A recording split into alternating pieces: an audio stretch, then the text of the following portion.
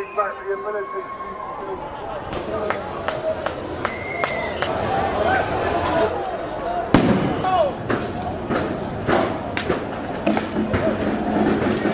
Starmer escapes by chance as arson attack targets convoy. Security lockdown freezes 146,778 cases overnight.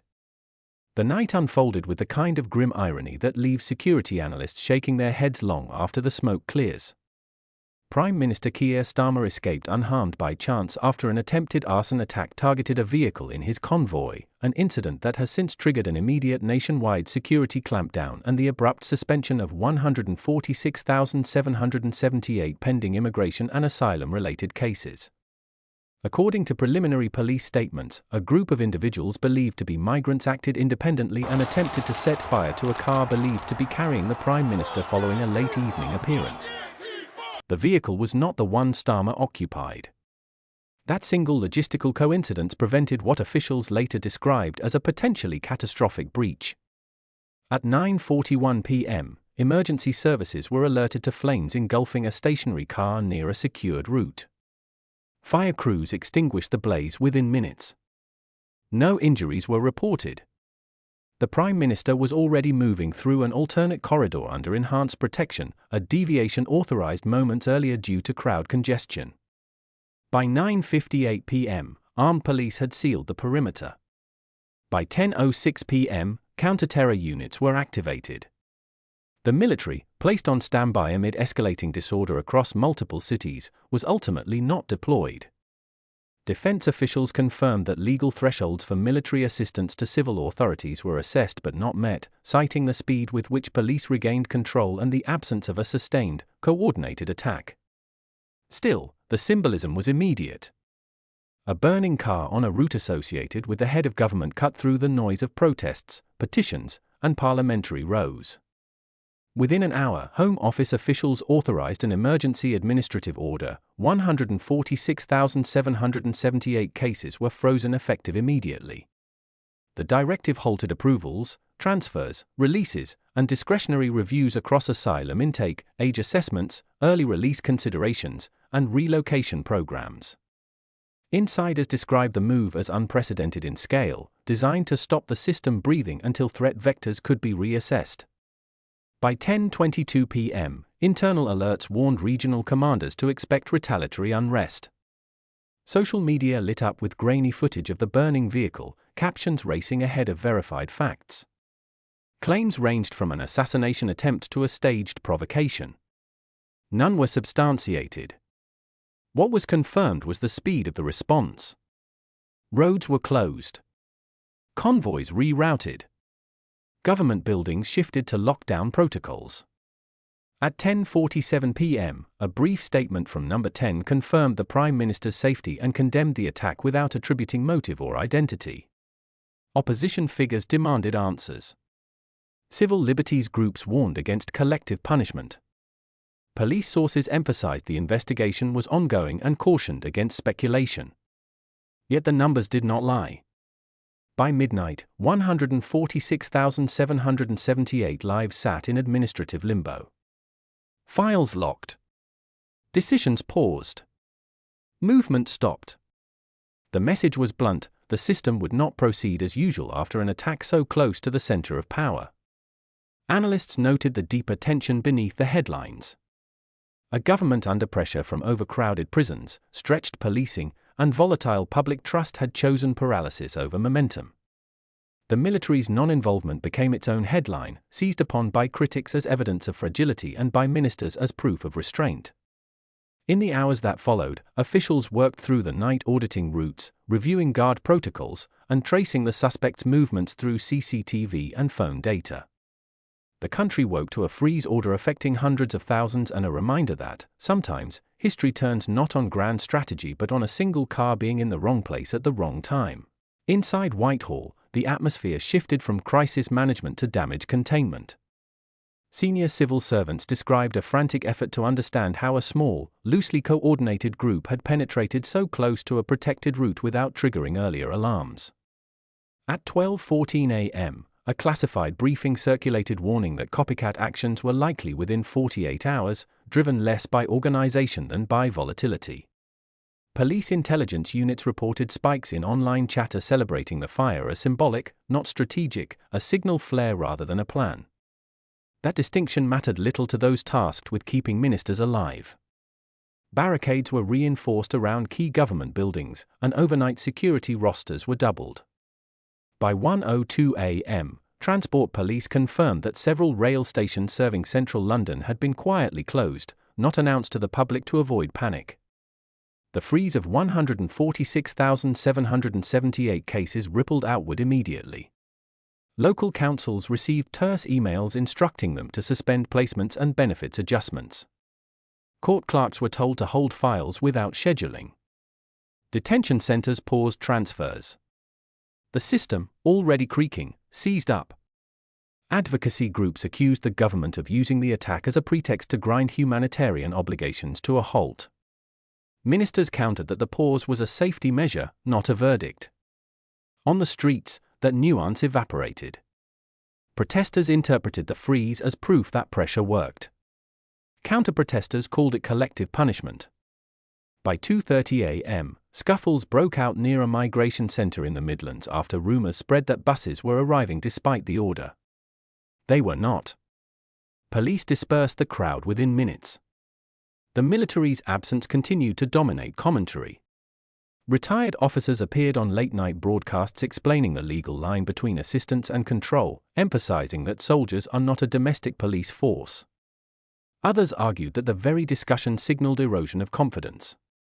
At 3:18 a.m., a leaked memo suggested that contingency plans had included limited logistical support, transport and engineering only, before being shelved.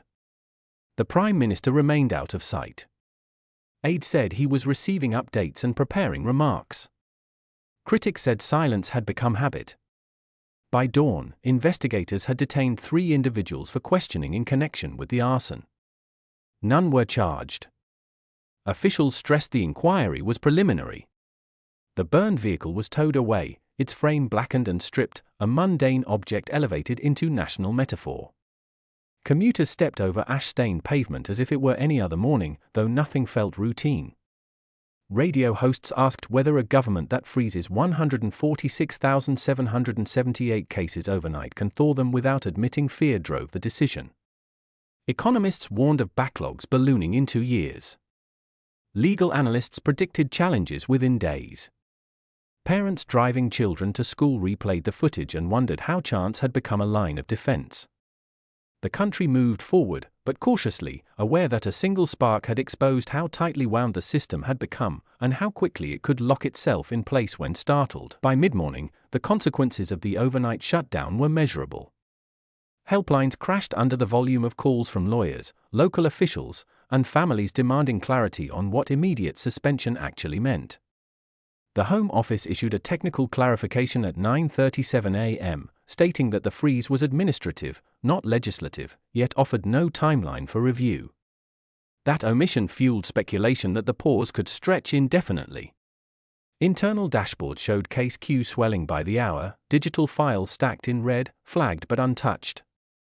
Behind the scenes, officials admitted that restarting the machinery would be harder than stopping it. Each halted process would require reauthorization, each authorization a political risk. The arson attempt had transformed a bureaucratic system into a security variable. Meanwhile, details about the convoy deviation emerged. Traffic congestion near the venue forced a last-minute reroute approved by a junior operations officer. Protocol allowed it. Fate amplified it. Had the Prime Minister remained on the original path, investigators conceded, the outcome could have been far worse. That admission circulated quickly, reframed online as proof of vulnerability. Commentators asked how many near misses never become headlines. The suspects, still unnamed, were described only as having no fixed address and limited documentation. That phrasing alone reignited the argument the freeze was meant to contain. Markets reacted nervously. Construction firms dependent on migrant labor saw shares dip. Local authorities warned that housing contracts would be breached if placements remained paused. At noon, the Speaker urged calm in Parliament as MPs shouted over one another, some demanding emergency powers, others accusing the government of governing by shock. Outside, metal barriers multiplied. Police adopted a visible, armoured posture, signalling readiness without escalation. By 2:18 p.m., a second vehicle fire was reported in a different borough. It was unrelated, a mechanical fault, but the response was instantaneous, streets sealed, helicopters overhead. The threshold for alarm had lowered. Analysts noted a feedback loop forming, fear prompting freezes, freezes prompting anger, anger prompting more fear. In the afternoon briefing, officials reiterated that the military had not been called because civil authority remained intact. The phrase landed poorly. To many, intact sounded fragile. As evening approached, the Prime Minister's address was announced for later that night. Expectations hardened. Would he frame the attack as isolated criminality or as a symptom of systemic strain? Would the 146,778 frozen cases be portrayed as prudence or as leverage? In homes across the country, the burned car replayed on screens, its meaning stretched to fit every prior belief. The day closed without resolution, only with a growing sense that chance had intervened once, and that relying on it again would be a dangerous habit. As night fell again, the capital braced for a second cycle of unrest, this time sharpened by anticipation rather than surprise. Police commanders authorized preemptive closures around transport hubs, citing intelligence that decentralized groups were using private messaging channels to test response times. The lesson from the previous night was clear. The attack did not need to succeed to alter policy. It only needed to get close. Inside the Home Office, senior officials debated whether the freeze of 146,778 cases had crossed an invisible line from precaution into provocation. One briefing note warned that prolonged suspension would be interpreted as proof that violence yields leverage. Another argued that lifting it too quickly would signal weakness. The contradiction was unresolved. At 7:11 p.m., crowds gathered again, smaller but louder, chanting that chance had saved the Prime Minister while policy had endangered the public. Riot police held formation without advancing. Drones hovered overhead, their hum now a familiar sound. On social media, the phrase "wrong car, right message" trended briefly before being removed by moderators. Government spokespeople insisted there was no message, only crime. Few believed them. The investigation dragged on without charges, fueling theories that evidence was thin or politically inconvenient. By 9 p.m., reports surfaced that several regional courts had independently postponed hearings, citing uncertainty created by the freeze. The paralysis spread beyond its original target. Hospitals delayed transfers. Schools questioned safeguarding protocols for pupils in temporary housing. Each decision, rational in isolation, compounded the sense of drift. Commentators noted that the military's absence no longer reassured. It underscored that the burden rested entirely on institutions already under strain. At 10:34 p.m., the Prime Minister finally appeared, condemning the attack, praising police restraint, and promising a review. He did not mention the number 146,778. He did not give a date. The address ended, and the streets remained restless.